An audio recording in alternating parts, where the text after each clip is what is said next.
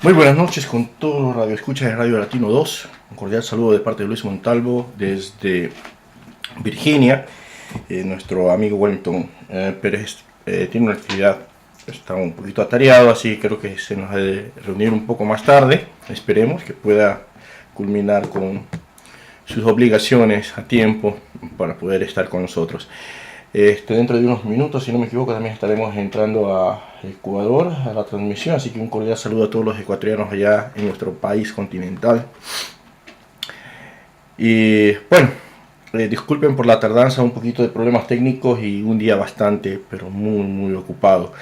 Verdaderamente se hace algunos esfuerzos para poder estar con ustedes y a veces toca sacrificar algunos asuntos, a veces hasta la familia, y en algunas ocasiones el tiempo dedicado al trabajo.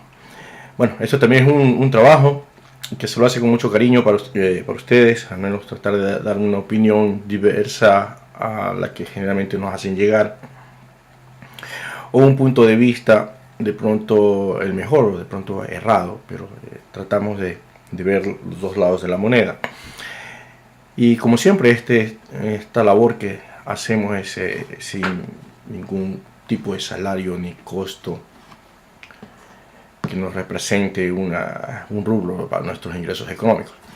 Pero bueno, se lo hace con mucho amor y esperemos que sirva de algo, porque nuestro país lo que más necesita es que pongamos el hombro, no solamente que metamos la mano al bolsillo, como algunos políticos, y que no solamente en este gobierno, porque hay que ser claros en estas cosas. No ha sido esto de meter la mano una frase que sea nueva. Es una frase que siempre ha existido y por eso hay muchos juicios, tanto políticos, juicios de peculado.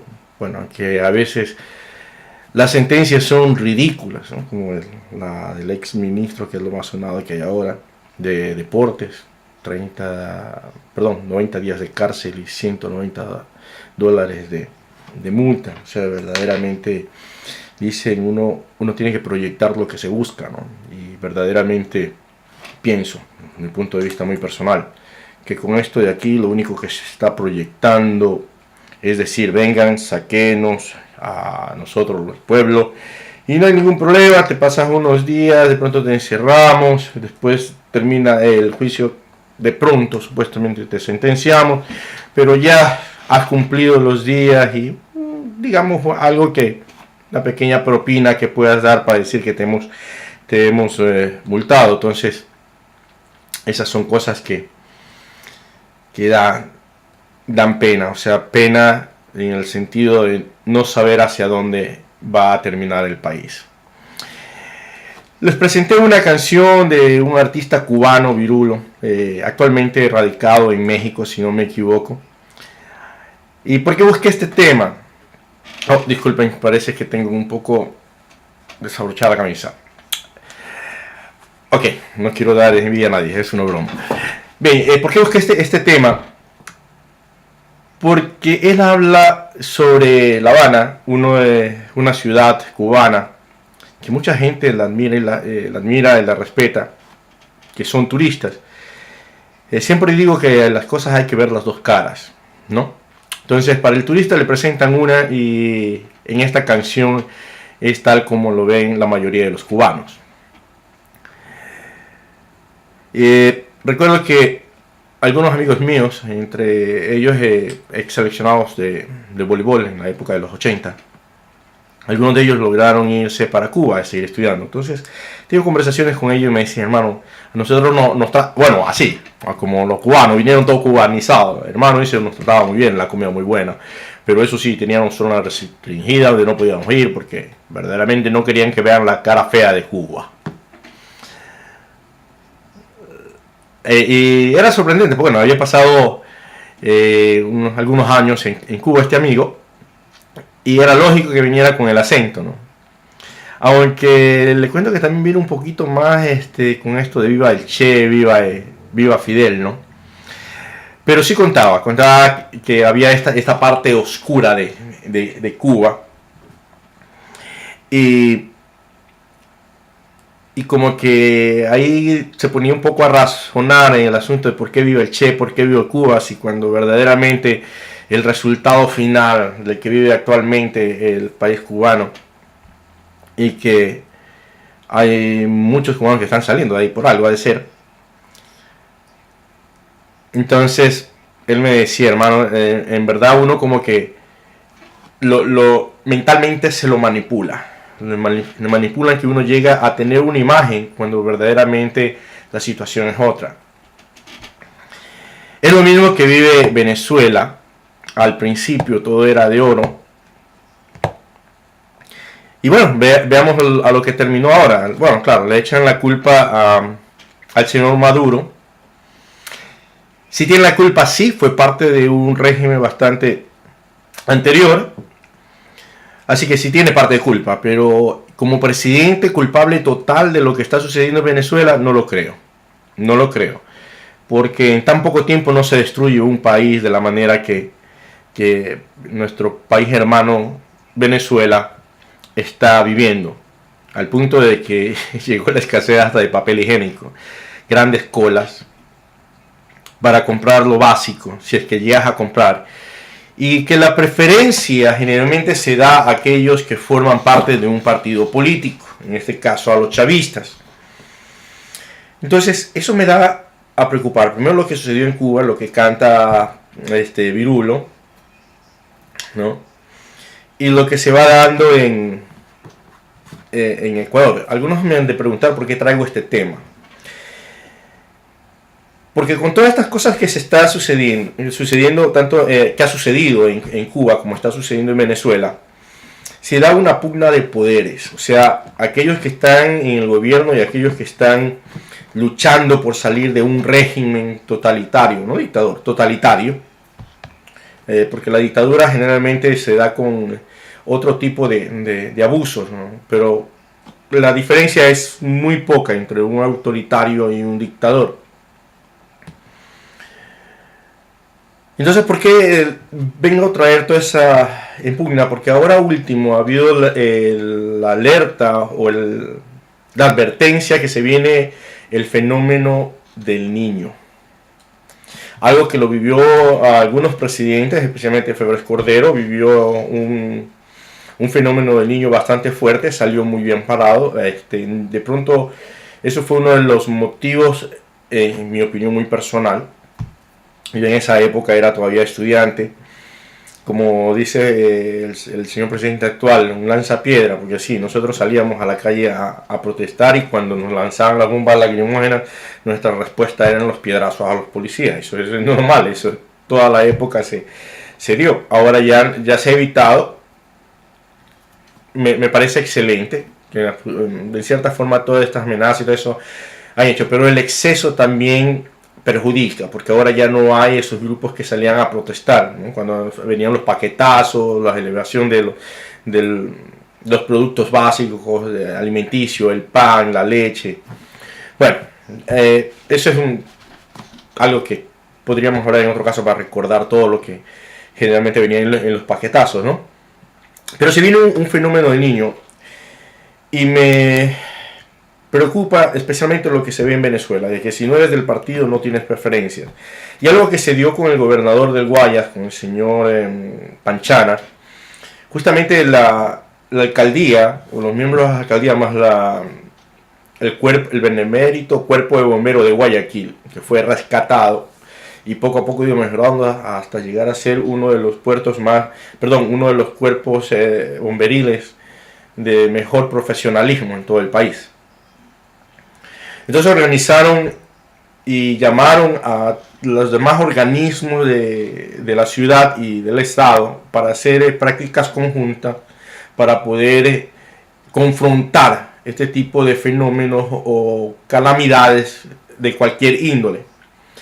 La reacción de la gobernación que representa en este momento y que representó en ese momento, que estaba al frente y está al frente hasta en la actualidad el señor Panchana, fue decir que eso no valía, que si la gobernación, si los de Alianza País no lo hacían, no vale.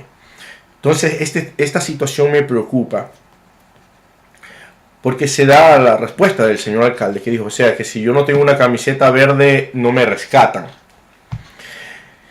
Ya se está viendo, aunque el régimen ha manifestado que no ha perdido las últimas elecciones, que los amigos, los aliados, bueno, la cuestión es que ha buscado de dónde agarrarse para decir que ha tenido un buen resultado en las últimas elecciones, por lo que de la verdad a la mentira, bueno, cada quien ha visto las noticias tanto allá como aquí, puede sacar sus propios proyectos. Para mí el mapa que sale de elecciones pues ya no pinta tanto a verde, ¿no? Ciertas partes y lo demás a distintos colores de los partidos políticos. Pero bien, la cuestión es que hay esto de esta alerta del fenómeno del niño, esta pugna que hay entre los poderes en nuestro país, y más que todo el resentimiento de una respuesta no favorable al bombardeo partidista del régimen hacia el ciudadano para las votaciones. Recordemos que hubo el punto de que se pidió votar en nulo y no votar en contra del actual alcalde de Quito, porque estaba de candidato en esa época. Entonces una desesperación única se vio ahí. Aparte de eso, aunque no es anunciado, y se podría decir que es una especulación, pero lo que, como les dije hace un rato, o sea, qué es lo que uno proyecta, y no se necesita ser un gran estudiado de economía para ver que el país está en una situación económica que viene decayendo a índices, yo creo que bastante preocupantes. Recordemos que hay una desesperación por explotar, o que ya se está explotando, el Yasuni. Se ha entregado oro del patrimonio ecuatoriano, de las reservas, para dar garantía. Creo que ese es 1.000 millones para recibir 500 millones de dólares. Entonces, todas estas situaciones son indicativos de que la economía anda muy difícil. Y para rematar, viene un fenómeno del niño, que si durante estos inviernos los agricultores que no han tenido una gran ayuda para poder mejorar esa producción, y han tenido sequías, han tenido inundaciones, sin el aumento de lo que afecta el fenómeno del niño, pero realmente en toda su exposición, como se lo está advirtiendo en la actualidad. Entonces, imaginemos dónde vamos a estar. Yo creo que si el petróleo no sigue bajando o si se mantiene estable, hay un ingreso. Más los inmigrantes que no somos tomados en cuenta para poder invertir en nuestro país o tener proyectos que nos permitan invertir y poder al menos asegurar el capital de inversión sin el riesgo de perderlo. Esas remesas van a seguir ayudando, pero hasta qué punto van a dar un soporte para poder aliviar en algo todo lo que va a causar el fenómeno del niño. Entonces aquí viene la parte donde se dice cuál es el proyecto o el plan que tiene ya organizado el régimen. Bueno, aparentemente lo primero que dijo el señor presidente sin anunciar esta situación es que ya los presupuestos extracurriculares, extras de los cabildos, pues van a ser anulados, ya no se los van a dar. Entonces ahora el asunto es a qué cabildos son los que no los van a dar.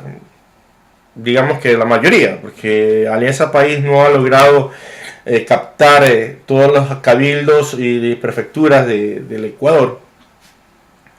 Entonces significa que siguiendo el proceso de lo que se ha estado viendo de esta pugna, pues entonces aquel que tenga la camisa verde va a recibir los suficientes recursos para poder aliviar en algo lo que el fenómeno del niño pueda causar, y los demás arréglenselo como puedan, ¿no? Recordando que ya el Seguro Social ya no tiene recursos para seguir prestando al Estado, que ya están tratando de salir de la dolarización en cierta forma a través de la moneda electrónica, para poder el Banco Central poder emitir dinero. Ahora el asunto es que ese dinero, ¿qué valor tiene cuando no tiene un respaldo?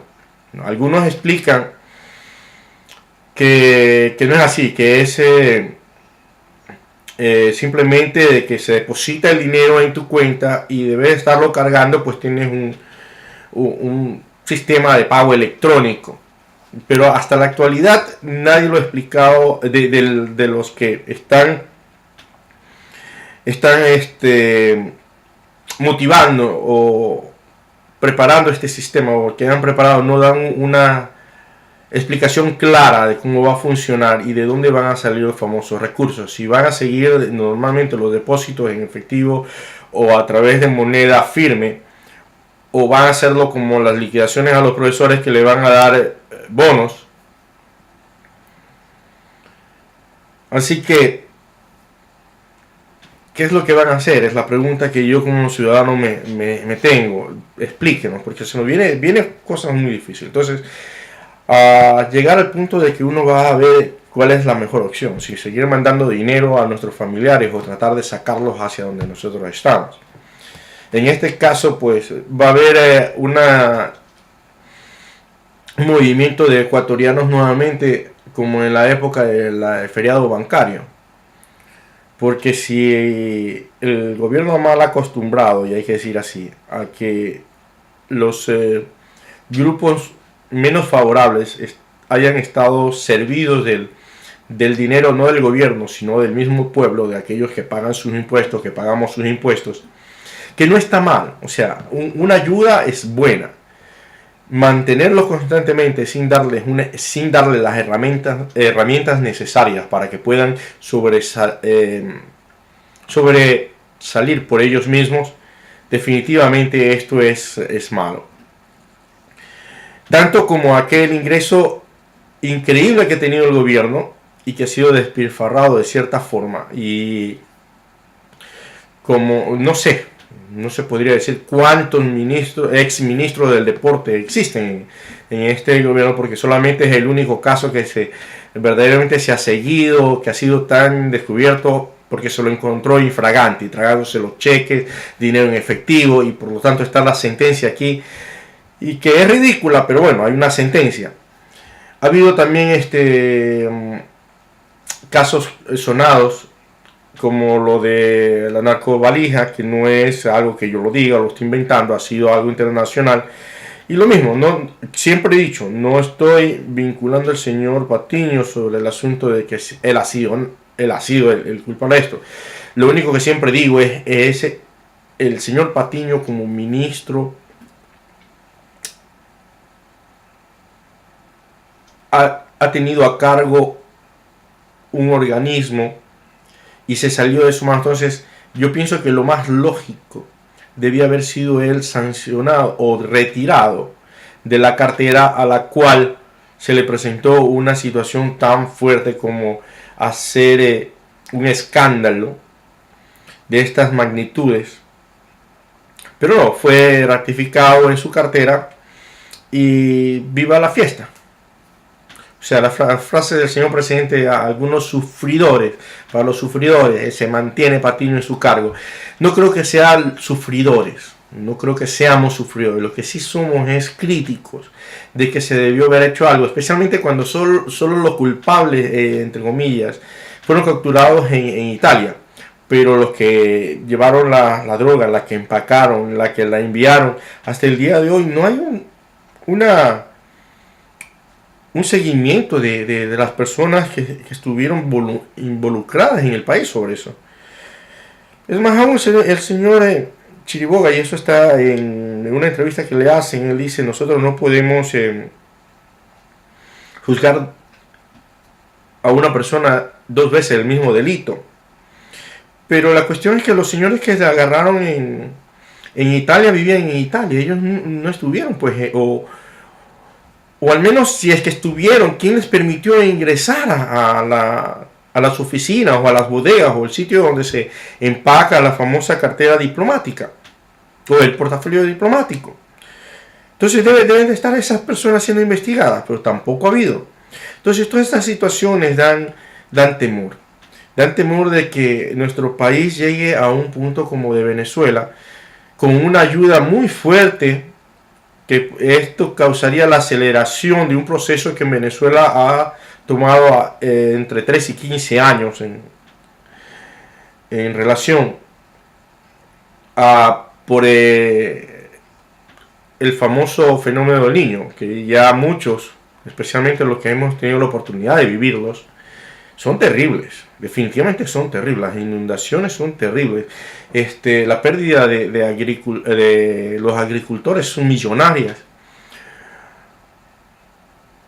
Ha habido también estos fenómenos, a veces movimientos, bueno, que en nuestro país ya está acostumbrado a ciertos movimientos turísticos, pequeños temblores, todas esas situaciones, pero con el fenómeno del Niño y el calentamiento de las capas tónicas, pues puede suceder, Dios no lo permita, un movimiento bastante fuerte que puede cogernos a todos previstos de lo que deberíamos estar preparados. Entonces eso le pongo en tesis a cada uno de ustedes, y mi pregunta sería: ¿el gobierno está realmente preparado como para enfrentar a un fenómeno del Niño? Si los gobiernos seccionales están verdaderamente preparados, y ahora, esta es la parte más importante, y creo que sería para todos, tanto la oposición como el régimen están con el pensamiento de dejar a un lado las pugnas partidistas ideológicas y poder trabajar en conjunto para el bien común de nuestra sociedad, de nuestro país. Esperemos que sí. Bueno, de parte de lo que generalmente se ve, y justamente el día de ayer estuve escuchando las declaraciones del señor Jaime Nebot y la tendencia del señor Roda, que son las dos ciudades que más influyen en nuestro país, están predispuestos a trabajar con el gobierno, ¿no? Y aquí dice, si se hace obra o se hacen las actividades necesarias, pues van a estar de acuerdo siempre en poner el hombro y trabajar en conjunto. Pero hasta aquí no ha habido una manifestación de esta oportunidad de trabajar en conjunto, tanto la oposición como el régimen, para poder irse preparando para esto que se llama fenómeno del Niño. Esperemos que más adelante lo vaya haciendo, vaya poco a poco manifestándose si está o no con la predisposición de trabajar con los otros partidos políticos, a pesar de que sean oposición. Porque recuerden que al final del día, oposición o no, todos son ecuatorianos y el país es uno solo. Así que por ese lado esperemos que puedan encontrar un punto neutral donde puedan sentarse y trabajar un buen programa de prevención y que no pasen a mayores, ¿no? Los efectos del Niño, del fenómeno del Niño, y que si llega pues a ser bastante efecto este famoso plan, pues disminuya verdaderamente los parámetros que pueda llegar a afectar a nuestras comunidades. Eso por un lado. El otro lado de la noticia, y que no creo que me haya sorprendido, yo creo que lo dije aquí en la radio y creo que lo dijimos conversando con Wellington sobre Yamil Maguad.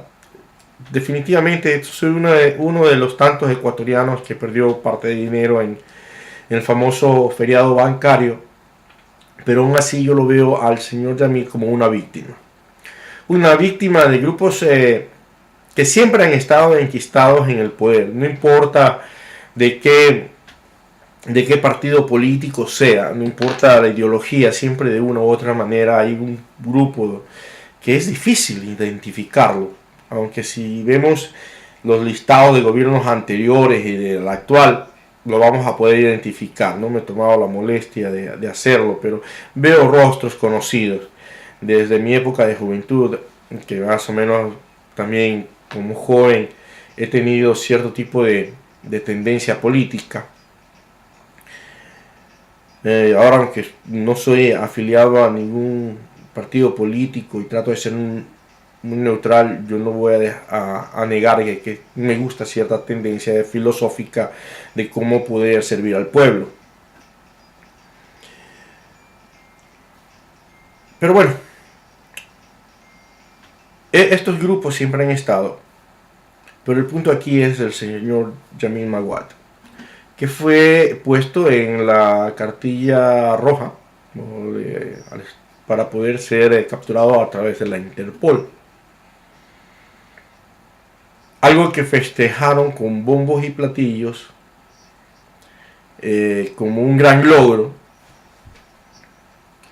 Y justamente yo comenté de que también se había logrado de un general que al poco tiempo la Interpol lo regresó a la casa diciendo que no se trataba de ninguna otra cosa de campañas políticas y que era un hecho político y que la Interpol no se prestaba para este tipo de situaciones. Parece que se vuelve a repetir la historia. Aunque no han dado, el abogado defensor no lo ha dado, y algunas personas que han entrado a la página de Interpol a buscar la ficha del señor Jamil Maguad, pues ya no la han encontrado. Pero se da y se repite la historia de que la Interpol hace caso omiso de las peticiones del país, y la pregunta se debería, y deberíamos hacerlo todos los ciudadanos, ¿a qué se debe? Porque si no me equivoco, el Ecuador paga cierta cantidad de dinero para mantenerse dentro del sistema de Interpol. Y si la Interpol está diciendo de que estos casos son políticos y que ellos no se prestan, entonces deberíamos de ver dónde es la falla. Si se sigue pagando a la Interpol por los servicios, o definitivamente nuestro régimen tiene que irse a la casa. No porque no lo hayan logrado coger al señor Jamil Maguad, como le dije. Yo no tengo nada en contra, bueno, tengo mucho en contra de él, podría decir, pero eso no me quita también de decir de que el señor ha sido una víctima de grupos, verdaderos grupos o verdaderas mafias que pueden estar enquistadas en el gobierno, y no solamente en este, sino en la trayectoria de toda nuestra época democrática y muchas veces hasta en las mismas dictaduras. Entonces es algo que nosotros los ecuatorianos tenemos que comenzar también a tomar en consideración el momento que nos vamos a presentar a dar nuestro voto. No podemos ahora, en la actualidad, esperar al último momento, como ha sido una tradición cultural de nuestro país, casi en todo. Esperamos el último momento para ir a pagar la luz, el último momento para ir a pagar el teléfono, para ir a matricular el carro.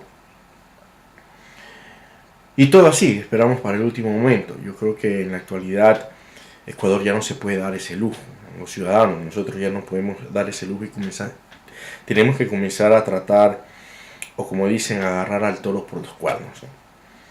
Las campañas políticas para elecciones prácticamente desde que comenzó este régimen no paran. No paran las sabatinas, no paran las cadenas y no paran los errores. Porque digo los errores, se habló de una constitución para 300 años y resulta que ya la están cambiando. Alguno me decirá, pues si son los mismos. No, no son los mismos. Son parte de lo que hicieron la constitución, pero no son los mismos. Recordemos que ya muchos de los que estuvieron involucrados en la constituyente y que ayudaron a que este régimen llegara al poder, ya están retirados del poder, están retirados del régimen y son llamados la famosa izquierda infantilista.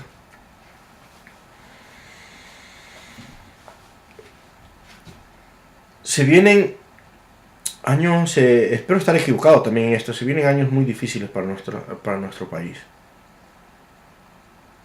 Esperemos que el señor Correa sea lo suficiente sensato para cambiar el rumbo de la embarcación y poder verdaderamente enfocarse más en el trabajo que en la publicidad de campaña. Bueno, claro, estamos viendo que quiere una reelección indefinida, aunque él dice que no, aunque salga la reelección indefinida, él no se va a lanzar.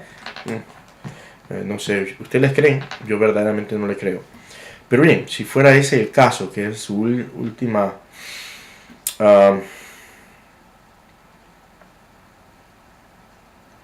lapso de gobierno, debería de al menos dejar arreglada la situación y bien caminada. Hay mucha publicidad sobre los avances en educación. Sí y no. También es una opinión muy personal. Cuando se quiere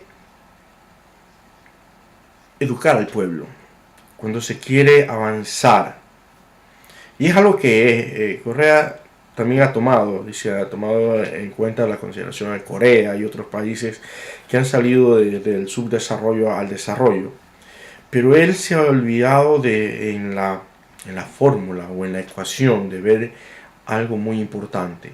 Los regímenes generalizaban la educación, ¿sí? Ampliaban el abanico. Este régimen hace todo lo contrario, cierra el abanico. No todos los bachilleres que se han graduado, y esto no me lo contaron, esto lo estoy viviendo en la actualidad con mi hijo, a pesar de que aprobó el famoso examen para el ingreso a las universidades.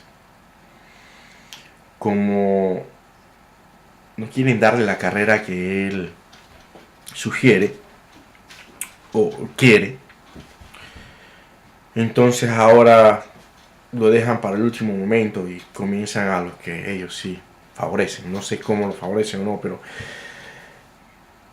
es terrible que un joven salga del bachillerato y se encuentre con dos situaciones difíciles. Una, no hay plazas de trabajo, aunque el presidente diga que sí. Mi pregunta de análisis es lo siguiente: si según el señor Cordero dice que 2 millones o casi 3 millones de ciudadanos ecuatorianos económicamente activos están afiliados al Seguro Social, de una población económicamente activa de 8 millones de ciudadanos, donde hay un porcentaje muy alto de ciudadanos que no están afiliados,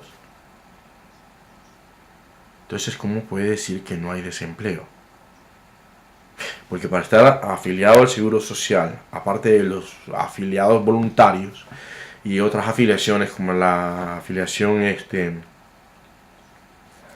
los agricultores,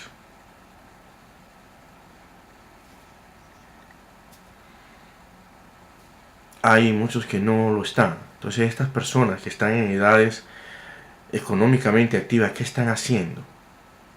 Negocios eventuales, trabajos eventuales, algún tipo de actividad, pero son desempleados o subdesempleados. Y si no están asegurados al seguro social, yo tendería más a decir que son personas desempleadas. Con este razonamiento muy personal, quiero preguntar al gobierno cuándo se tomará la molestia de dar números verdaderos. Porque si habla de que se está desarrollando y mejorando el sistema educativo, primero cerró 15 universidades, que lo habla de cierta forma que da una explicación medianamente coherente. Porque si hay una falencia de universidades, me cierran 15 universidades y dicen, no, pero ha abierto 4 universidades, no es la tercera parte de lo que cerró. De pronto la calidad de esta universidad no era la mejor, Pero ahí tenía que verse los famosos sabios eruditos que están encargados del sistema educativo superior en lograr una capacitación del profesorado y poder mejorar la infraestructura de estas universidades. Ver corregido las mallas curriculares, porque el otro día entré a la malla curricular del Espíritu Santo sobre justamente esto que es de derecho. Me metí a estudiar derecho y me salí cuando me quisieron dar, bueno, a distancia, cuando me quisieron dar voleibol, cocina, nutrición, creo, equitación. Entonces, y pagar por eso, ¿cómo lo practico? A través de internet. Aparte de que, sí, están ellos entrando a una plataforma, pero la luz la estoy pagando yo. La computadora la pago yo. O sea, los equipos son míos. Entonces, y me están cobrando de pronto hasta el doble de lo que me cobrarían estando presencial, donde ellos tienen que poner pupitre, tienen que pagar luz y todo lo demás, ¿no? Entonces, ¿dónde están esos eruditos que no corrigieron esas mallas curriculares y la estandarizaron y permiten que una universidad o una rama de esta universidad se abra manteniendo esas falencias incoherentes dentro de una malla curricular? Entonces ahí da el asunto de que no están haciendo lo mejor para la educación. Como dije, están cortando y disminuyendo. Algunos me dirán, sí, de lo bueno poco, pero en el motivo de educación no se puede decir de lo bueno poco, se debe decir de lo bueno mucho, porque son todos los ciudadanos que debemos de recibir la educación. Supuestamente ese es el objetivo de ellos, pero no creen que están trabajando al revés. Generalmente cuando se habla de una reingeniería no significa de todo lo que está hecho es malo. Significa de pronto de que lo que está hecho no cubre las necesidades suficientes y uno tiene que rehacer el programa o rehacer el sistema para que este sistema mejore. No cerrarlo por cerrar. Y como mi caso como un padre, ¿no? Que no puede entrar, bueno, el asunto es católica, es estatal y lamentablemente católica, estatal, politécnica. Lamentablemente no todas las universidades tienen las facultades y por ahí también hay rumores que se van a cerrar ciertas facultades. Entonces, ¿dónde está la maximización de la educación para el ciudadano? Ahí viene mi otra pregunta, ¿o es que acaso quieren mantener al ciudadano común dentro de la ignorancia para poder seguir bombardeándole con publicidad partidista ideológica para que como borreguitos vayan detrás del pastor hacia donde quiera llevarle y no tenga las herramientas suficientes para analizar, para crear hipótesis y resolverlas? Entonces, no es cuánto dinero se invierta, sino cómo lo inviertas. Y eso lo sabe la ama de casa más humilde de nuestro país, porque verdaderamente, como siempre he venido diciendo durante todo este tiempo que me han dado la facilidad de compartir mis pensamientos o mis opiniones, nuestras amas de casa ecuatorianas son premios Nobel en economía y en administración.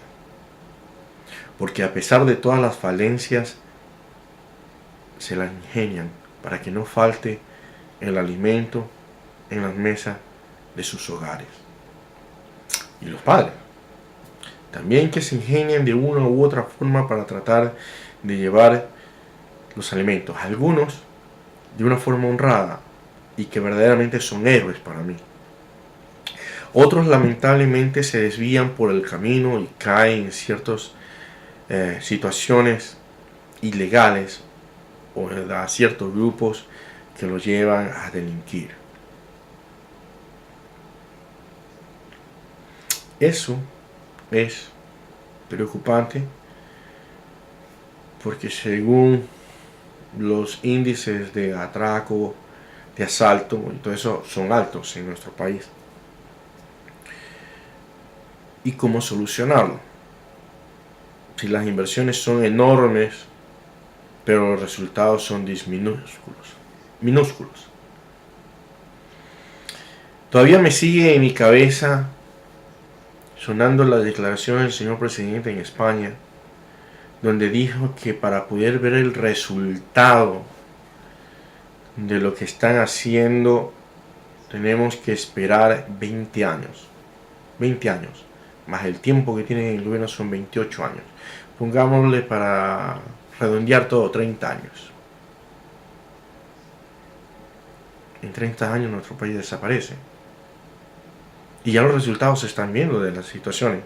Jóvenes que no pueden entrar a las universidades, jóvenes que no pueden conseguir trabajo, inversores internacionales que no quieren invertir en nuestro país por el alto riesgo de inseguridad jurídica y decisiones gubernamentales, decisiones del gobierno en el cambio constante de aranceles para poder bloquear o buscar fondos que necesitan porque se están quedando o ya se han quedado sin el dinero suficiente para seguir manteniendo una enorme burocracia en el país que ha crecido terriblemente, porque de 7.000 millones de dólares que mantenía el presupuesto del Estado a más de 37.000 millones de dólares ahora en la actualidad, significa que hay un aumento enorme y hay tantos ministerios, o sea que no hay donde negar que ha habido un crecimiento de la burocracia. Entonces, ¿dónde están las inversiones? ¿Por qué no decidió hacer inversiones mixtas y tratar de motivar al capital privado a que comience a ver en nuestro país una opción de sentirse apoyado por un buen socio estratégico? No, lo único que se dio hasta cierto tipo de amenazas, que si el trabajo o la inversión que está haciendo es necesaria para el Estado, por el Estado tendrá todo el derecho para poder tomarlo a cargo. O como el movimiento que se hizo de la cementera, que también hemos hablado aquí en la radio, del Seguro Social, pasó a otro ministerio. Y hasta aquí no entiendo cómo lograron hacer eso, porque supuestamente el Seguro Social es un ente totalmente autónomo y que pertenece a un aglomerado privado como es el trabajador. Pero bueno, esas son las cosas que uno creo que nunca va a lograr aclararlas y que no van a facilitar los documentos suficientes para poder aclararlo o salir al paso a decirnos, miren, está equivocado, esa observación no está bien por X, Y o Z, aquí están los documentos, aquí está lo que se ha logrado, cuál fue el beneficio para el Seguro Social, haberle quitado una empresa que era productiva. O sea, no hay quien venga a sacarnos de la ignorancia, sacarnos de la duda, sacarnos de la intriga. Lo único que se ve es ataques a los medios que tratan de dar información de este tipo, o periodistas que ya tienen temor a hablar por cuestiones de que lo vayan a perseguir. Que estoy de acuerdo que debe haber una ley fuerte para periodistas que no tienen escrúpulos, ¿no? Aquellos que se inventan cualquier cosa. Pero para esas situaciones que se presentan y que hay preguntas en el ciudadano, ¿por qué siguen a los periodistas que tratan de dar algo de información o averiguar información que el ciudadano común no logra obtenerla? ¿Por qué no mejor reforzar ese trabajo de los periodistas, esos periodistas que verdaderamente saben hacer valer su profesión y tienen dignidad, y hacer un trabajo conjunto, ¿no? Poder sancionar o encontrar a las personas que están incumpliendo o cayendo en esto del peculado, tal como como el ex ministro del deporte. Imagínense si hubieran trabajado de esa manera, de pronto el ministro todavía siguiera como ministro y no hubiera caído en la tentación, ¿no? Y haber sido encontrado cheques y tragándose cheques y todos los demás. Y ver llegado al punto donde se ha llegado a una sanción y declarado culpable a pesar de lo ridícula que es la sentencia. Yo pienso que el ataque a los periodistas, a los medios de comunicación, a los comunicadores, a personas así como nosotros que tratamos de buscar información o tratamos de encontrar la respuesta a las preguntas que se nos presentan día a día, debería de haber un grupo o las personas que están de pronto involucradas en un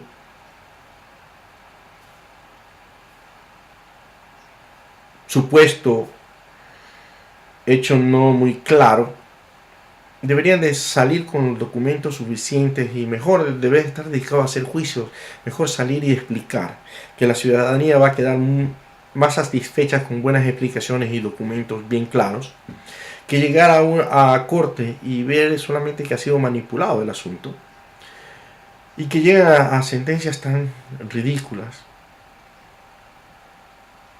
que hasta el día de hoy, cada vez que me acuerdo, disculpen que repita tanto, es que es sorprendente. O sea, cómo se lleva el dinero del país ciertos individuos y prácticamente le dan una palmadita en la espalda. Bah, esas son cosas que suceden en nuestro país. Ahora también no han salido a explicar por qué la Interpol ha quitado a Yamil Maguad de la lista roja. De pronto han de decir porque son incompetentes, ¿no? O sea, los de Interpol, supuestamente.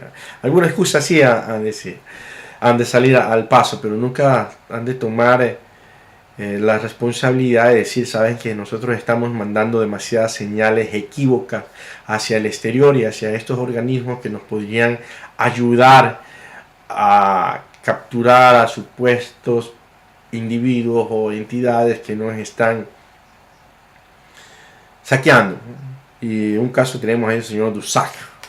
Hasta el día de hoy no se devuelve ese dinero, no se sabe qué mismo ha pasado. El señor Delgado todavía no termina la fiesta del matrimonio del hijo, si no me equivoco, porque no regresa al Ecuador. Tampoco ha sido puesto en ninguna lista roja de la Interpol. Bueno, ¿qué se puede esperar? Esas son las cosas que se ven desde afuera. No sé los ecuatorianos qué opinen allá en nuestro país, qué es lo que le dejen ver en las noticias. Yo creo que no le han de dejar ver mucho o han de intervenir con cadenas donde solamente atacan a los ciudadanos que ponen su voz en alto para preguntar, ni siquiera para juzgar, sino para preguntar qué es lo que está pasando. Yo creo que es algo muy justo, que si un ciudadano que paga sus impuestos y todo lo demás necesita aclarar situaciones, está en todo el derecho de decirlo, ¿no? Y reclamarlo, o preguntar, pero no por preguntar o por reclamar sea perseguido. No lleguemos a lo de Cuba, no lleguemos a la situación o esperemos llegar a la situación de Venezuela, que lamentablemente con estas alertas del fenómeno del Niño podría ser una aceleración a algo que tomaría más tiempo y si no se toman los correctivos necesarios. Con este fenómeno del Niño esperemos que salgamos adelante, porque si con gran ingreso de dinero no se ha logrado salir, imagínense con la falta de él que ya hay, con un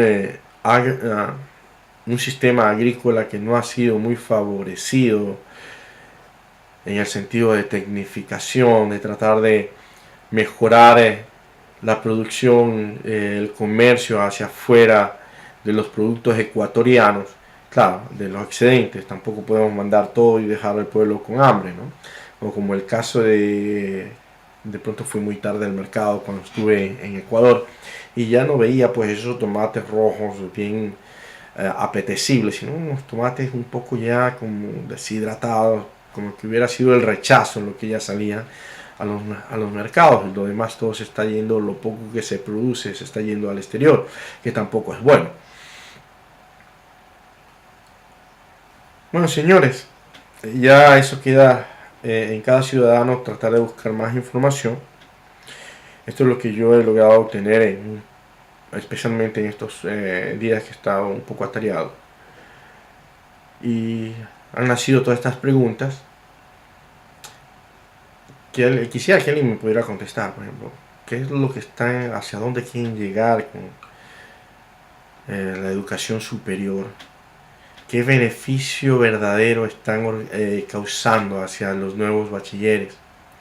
¿Qué es lo que va a pasar con las nuevas generaciones? Y me voy a anticipar a algo, porque también vi a un chico que felicitaron por haber llegado 1000 sobre 1000 en el famoso tesis. Pero mi pregunta como maestro, de pronto no el mejor, de pronto el peor, o no sé, eso no lo puedo decir yo, eso lo pueden decir lo que alguna vez les he enseñado o he estado compartiendo aulas con ellos, no porque un profesor tampoco es dueño de la verdad absoluta. En mi poca experiencia, una golondrina no hace el verano. ¿A qué me refiero? De que si un chico ha sacado 1000 por 1000 a buena hora, pero ese no es el objetivo. El objetivo sería que del 100% de los alumnos graduados de un bachillerato, mínimo el 80% llegue al 1000 por 1000.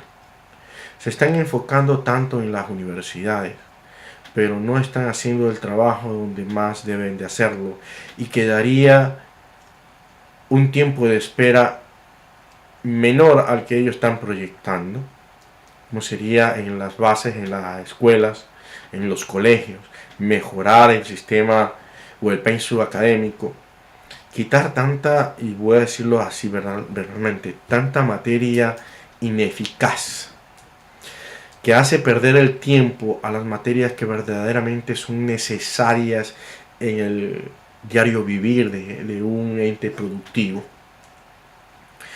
Y recordemos también de que todos los maestros muchas veces piensan que son los únicos en sus materias, mandando deberes excesivos a los alumnos y con poco trabajo en las aulas verdaderamente, porque hay algunos profesores que no deberían ser profesores, y los pocos maestros educadores no son verdaderamente reconocidos como deberían de ser. Piensen, señores, si es la universidad es donde se deben de enfocar con tanta fortaleza, o hacer de que el material que llegue a las universidades, o sea, me refiero al material humano, tanto de docentes como de alumnos, llegue con el conocimiento suficiente para no tener que perder el tiempo como docente universitario en tratar de llenar todos los vacíos de los bachilleres y dedicarse a lo importante, a las materias o al aprendizaje de los nuevos ciclos, donde van a verse con materias más prácticas. Generalmente los colegios son más teóricos que prácticos, pero es ahí donde tienen que enfocarse más, y que van a ver el resultado en poco tiempo. Como máximo yo diría en 6 años. Y hasta para los profesores en la universidad será mucho más fácil trabajar con ese material bien preparado, ¿no?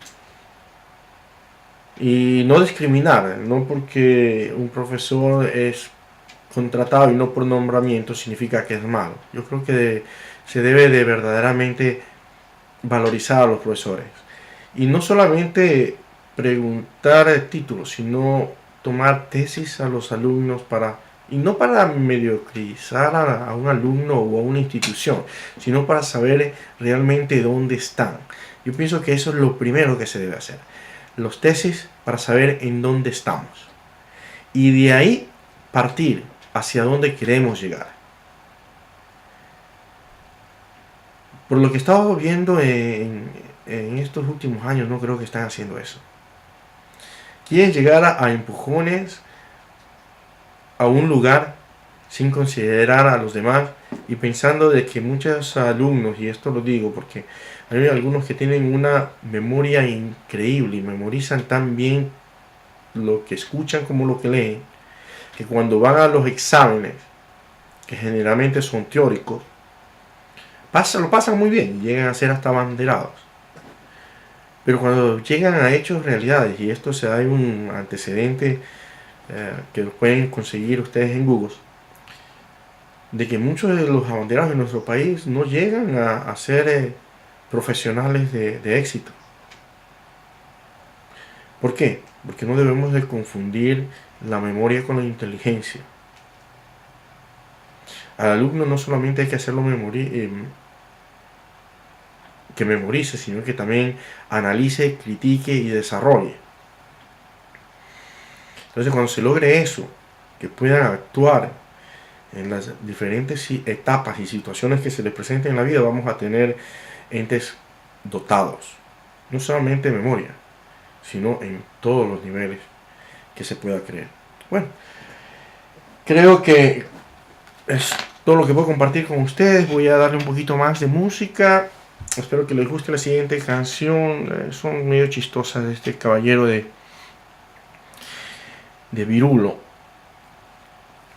Entonces, dar un pequeño descanso y venir ya con la última etapa y despedirme de todos, especialmente, bueno, no sé si estaremos o esté conectado con Ecuador. Generalmente los días jueves nos conectamos. Recuerden, se los quiere mucho a todos los compatriotas en el país y esperando que las situaciones mejoren y que poco a poco se normalicen y que el fenómeno del niño no llegue con la intensidad de las que se están mencionando o alertando. Y si no, rogaría a todos estar preparados, aunque el ecuatoriano siempre está preparado. En las buenas y en las malas somos luchadores y eso lo hemos demostrado. Qué pena que a veces nuestros gobiernos no compartan el mismo ritmo de lucha de nosotros por el bien de todos. Pero bueno, son cosas de la vida que en algún momento se han de solucionar. Así que vamos a me da un segundo, voy a hacerles escuchar otro temita muy interesante. Así que con ustedes, hasta después de la canción.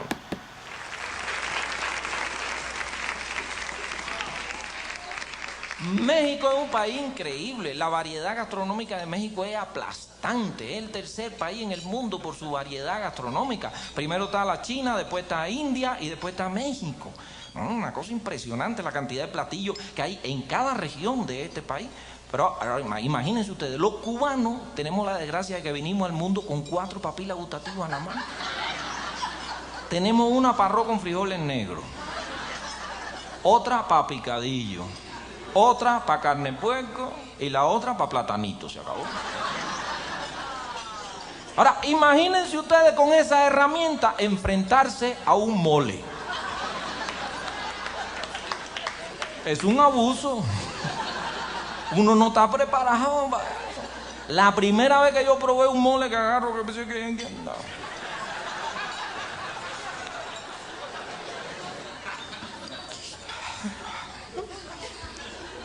Me salieron como 17 papilas gustativas a la vez, así, ¿verdad? Me quedé espantado. ¿Qué cosa es esto, chicos? ¿Qué me han dado a comer? Empecé a investigar, ya supe que el mole lo hicieron unas monjitas allá en Puebla, con todo respeto, esas monjitas estaban pedas.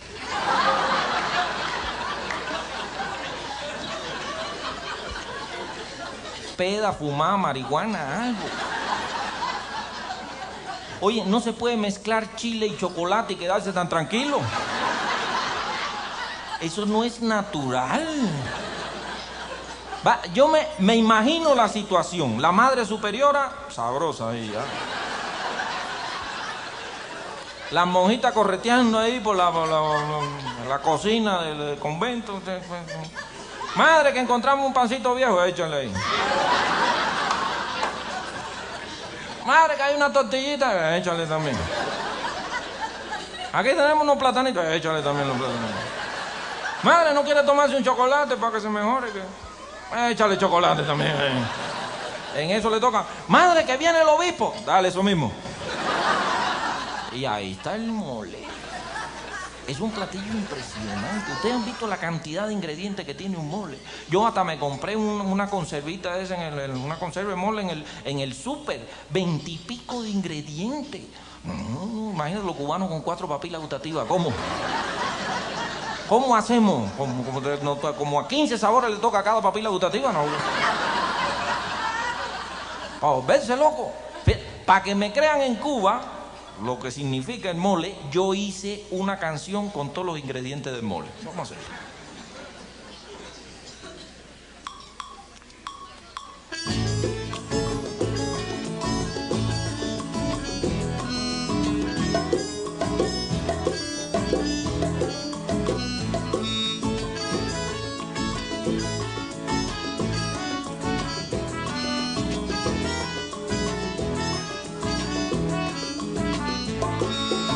La papila gustativa que tenemos los cubanos no ofrecen alternativa, puerco, arroz, carne o banano. Por eso el mole a mi juicio constituye un disparate, pues nadie en su sano juicio mezcla chile y chocolate. La monja que concibieron este platillo inaudito, pa' mí que algo se metieron, además de sus traguitos. Aquí están los ingredientes, echaron de todo un poco. Si le cuento esto a mi gente, dirán que me he vuelto loco. Chile ancho con azúcar y tortillas de maíz, bien molido, pan tostado y una semillita pues de ajonjolí. Pon almendra, pon canela y también ciruelas pasas, semillas de calabaza, nueces de la India y a ver lo que pasa. Y pon chile mulato, también pon cebolla, unos platanitos y unos cacahuates, ponle nuez moscada, ponle chocolate, pon lo que tú quieres que te disparate. Un poco de ajo, también de pimienta, un poco de aceite pero vegetal, ponle una pasita si no te arrepientas, y para rematar una pizca de sal. Y tú mételo todo en el molcajete y mételo todo en el molcajete. Cuando al fin me decidí, lo probé muy temeroso, era extraño para mí, pero estaba bien sabroso. Ay, pero mételo todo en el molcajete y mételo todo en el molcajete. Me parece un disparate, aunque esté muy exquisito, mezclar chile y chocolate y agregarle platanitos. Ay, pero mételo todo en el molcajete y mételo todo en el molcajete. Pero mamá, mételo todo en el molcajete. Pero nene, y mételo todo en el molcajete.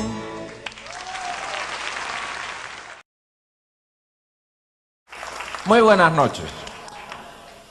La Habana, ustedes saben, es una hermosa ciudad. Bueno, amigos, con esta canción, espero que les haya gustado lo cómico de la composición de Virulo. Espero que tengan una muy buena noche. Me despido. Realmente parece que Wellington ha estado muy ocupado, no ha podido acompañarnos hoy día. Realmente tiene muy buena información de la comunidad aquí en los Estados Unidos. Pero nuevamente, espero que hayan disfrutado. El ánimo de mi persona es poder dar otro tipo de opinión, otro tipo de observación, y que aprendamos a exigir, porque nosotros como ciudadanos no somos menos que nadie, y como ciudadanos somos los jefes, la máxima autoridad de los servidores públicos, incluyendo al presidente. O sea, nosotros no tenemos como ciudadanos por qué ponernos de rodilla ante nadie, porque no tenemos ni reyes, y aunque fueran reyes, en la nueva civilización, eso es solamente un decir, rey. Pero igual, tenemos que hacer valer nuestros derechos y tenemos que aprender a exigirlos también de buena manera. O sea, no tenemos por qué llegar a violencias extremas y nada por el estilo. Tenemos que aprender a hacernos respetar, pero con la educación y los modales siempre que todos los ecuatorianos lo tenemos. Y no dejarnos callar, porque ahí sí estamos siendo la última rueda del coche. Bueno, con todos ustedes, muy buenas noches, disfruten como siempre, que Dios los bendiga y que nunca falte el alimento en sus hogares y en su mesa. De aquí próximamente el día lunes, si Dios lo permite, por www.radiolatino.2 estaremos transmitiendo a hora de Estados Unidos 7:30, hora de Ecuador sería 6:30, aunque no transmitimos para Ecuador el día lunes, pero si quieren seguirnos, pues nos van a ubicar en internet. Los jueves, como ustedes saben, estaremos transmitiendo para Ecuador. Muy buenas noches.